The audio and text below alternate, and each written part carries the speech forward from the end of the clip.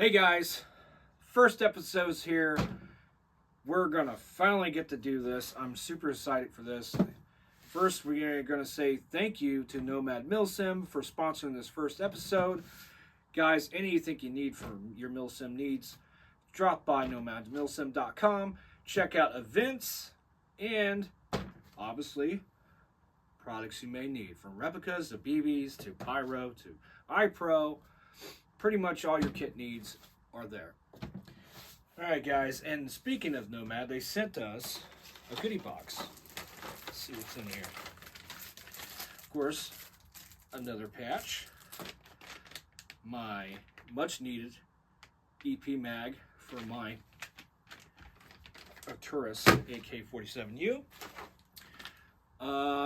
Elite Force Speed Mag loader. A Titan 7.4, always handy with batteries. And let's see, Nexion laser flashlight for your pistol. Ooh, Aries foregrip. That looks different. We're gonna try that out on a few. Let's see what looks good. And we have 1x6, looks like real steel scope. It's pretty nice. I think that might go on the Lev AR here. Alright guys, thank you Nomad for that. Again, make sure you stop by Nomad website. Use Heavy5 for a little bit of an extra discount at checkout. And if you're going to Fractured Skull 2, I will see you there down at Crescent in PA in December. Alright guys, so let's get into talking about building your kit. So we're going to start off with building your kits, and this is going to be from my point of view and my perspective. We're going to bring in others down the road and go into other kits, because obviously I don't really have Rust 4 stuff, and everybody's had different experiences with basically everything. So I want to get you guys as much information as I can, and definitely try to have fun with this as well. So we're going to start with probably your biggest suspense, shy of night vision, but we're going to go into replicas. Replicas is basically your biggest selection you can think of, and it's hard to determine if you're upgrading or getting into Airsoft. And it's a big financial chunk usually, but it doesn't have to be, so you have multiple options. So starting off with replicas, you have couple different with your primaries. So you have first your most common, which is an AEG, which is electric. It's battery powered, and they come in very, very much selection of pretty much anything you want. They're all pretty much upgradable for the most part.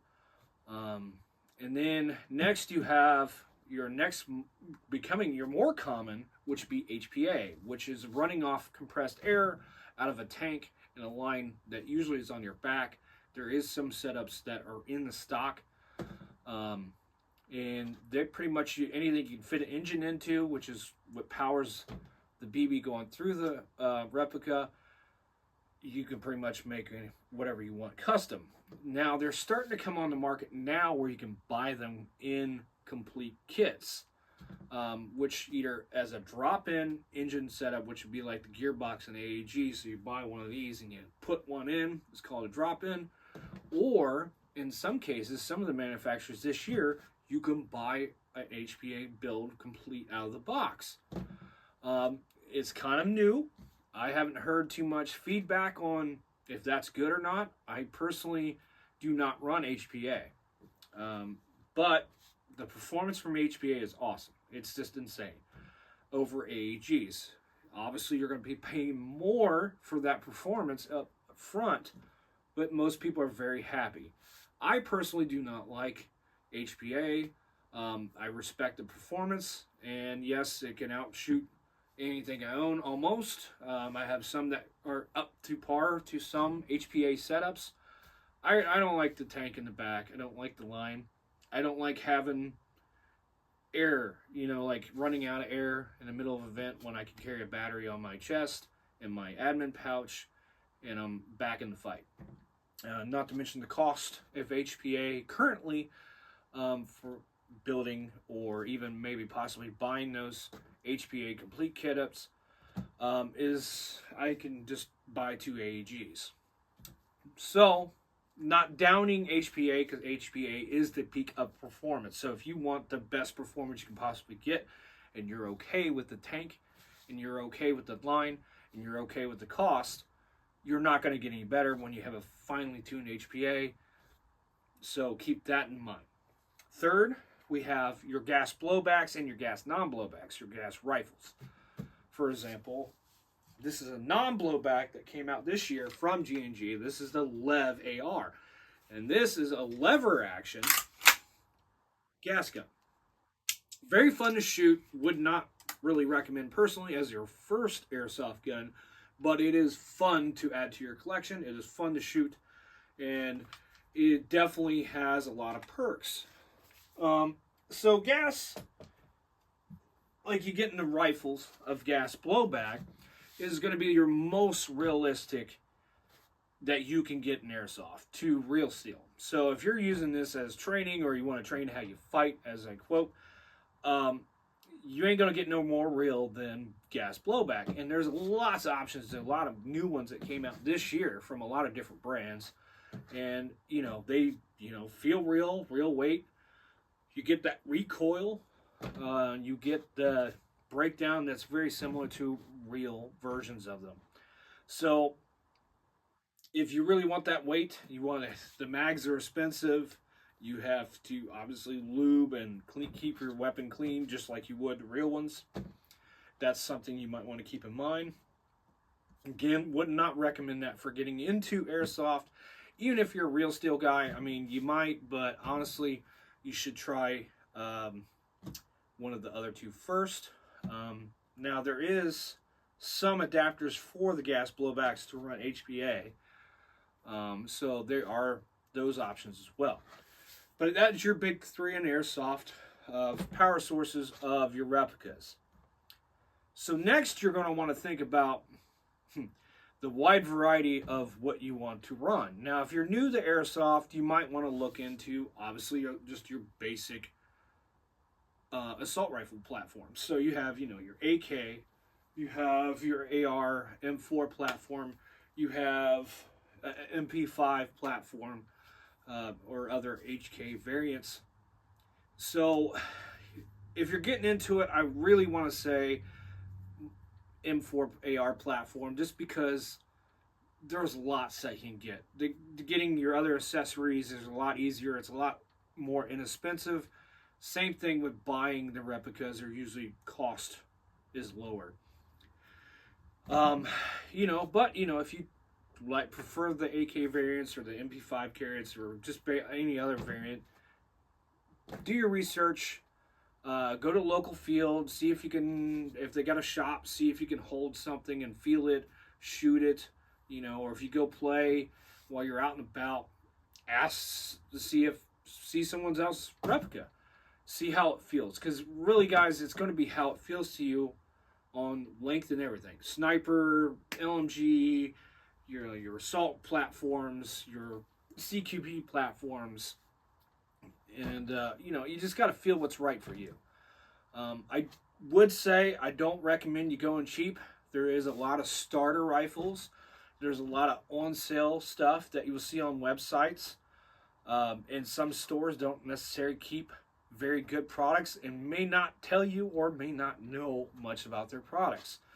So definitely, I would recommend going to a place that can give you some information if you're new, or even if you're upgrading. If you don't know it yourself, go somewhere you can trust, or ask people you can trust, or search YouTube, and hopefully videos like this can help you.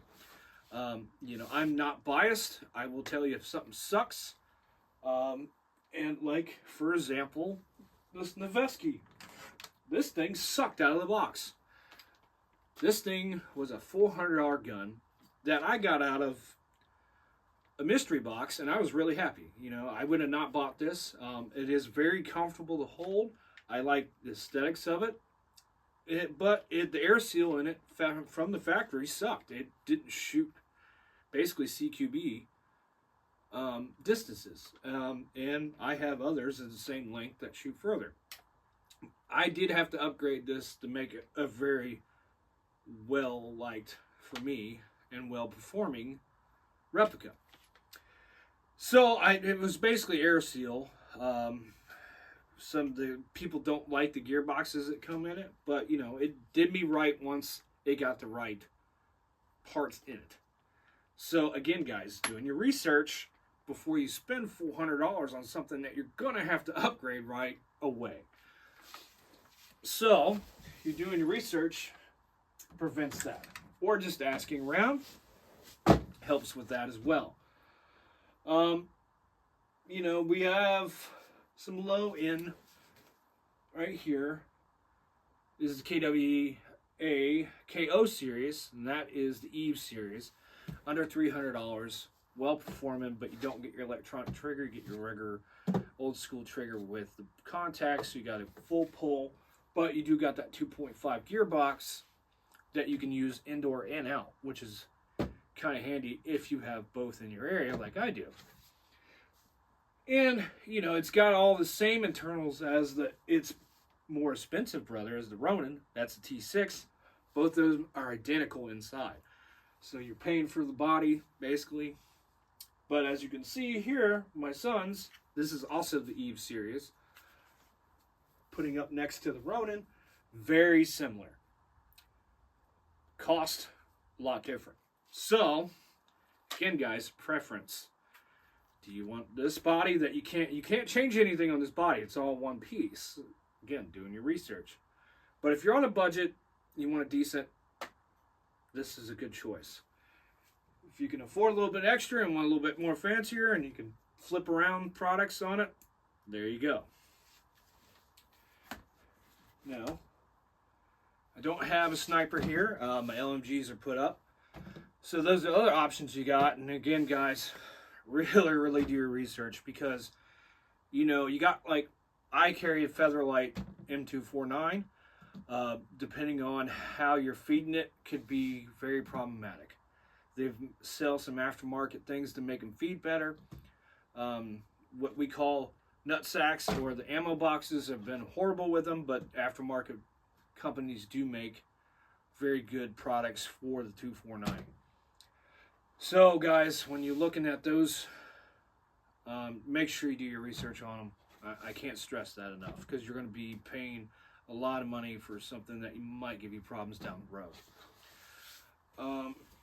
Continuing on here, as you notice, I have different sizes because I definitely have different ones set up for CQB compared to outdoors. And I have some that I could use for both, like the G&G 556 up there.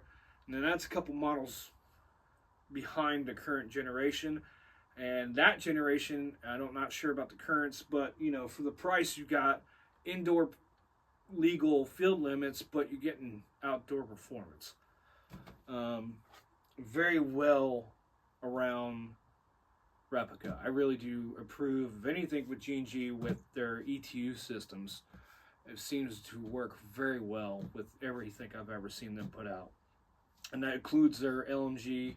They have a lot of rifles with those system in there. Highly recommended. Just like, you know, my high-end brand right here would be the PTS Zev. It has basically everything you would put internally into your replica as an upgrade out of the box, paying around the 400 range.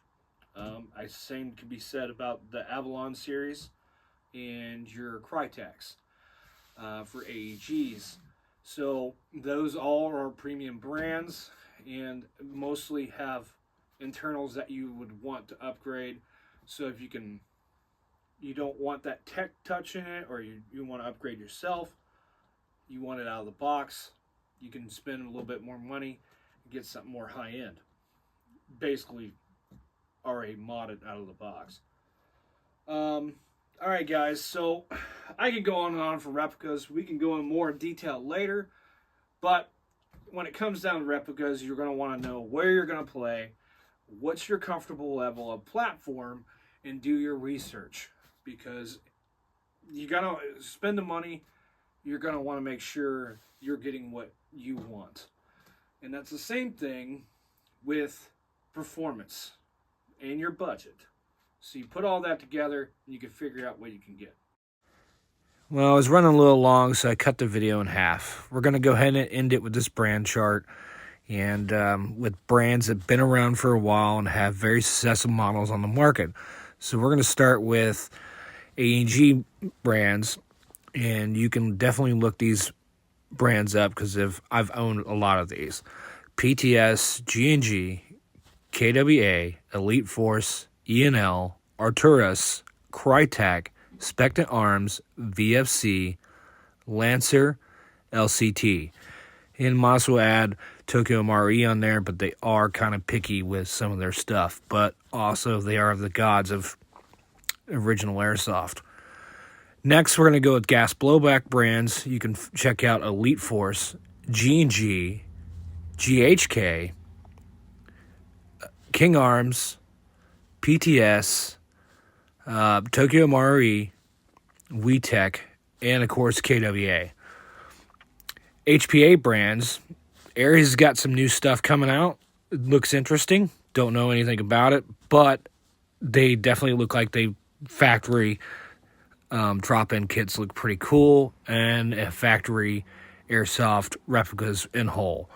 Check them out. Amped is, of course, of the gods of HBA in my book. They pretty much have their own kits. They have everything you need. Nomad Milsim as well. You can shop and get everything you need and plus custom builds. Brands for engines, we're looking at Polar Star and Wolverine are the two big top two, and Redline is a good mention. And again, guys, I really want to say thanks to Nomad Milsim. So anything you might need, be sure to stop by nomadmilsim.com, and I will see you guys at Fractured Skull 2 in December in Pennsylvania if you're out there. If not, you should go. It's going to be a cool event. And I will see you next time, guys, with the continuance of this series. Call sign Heavy is out.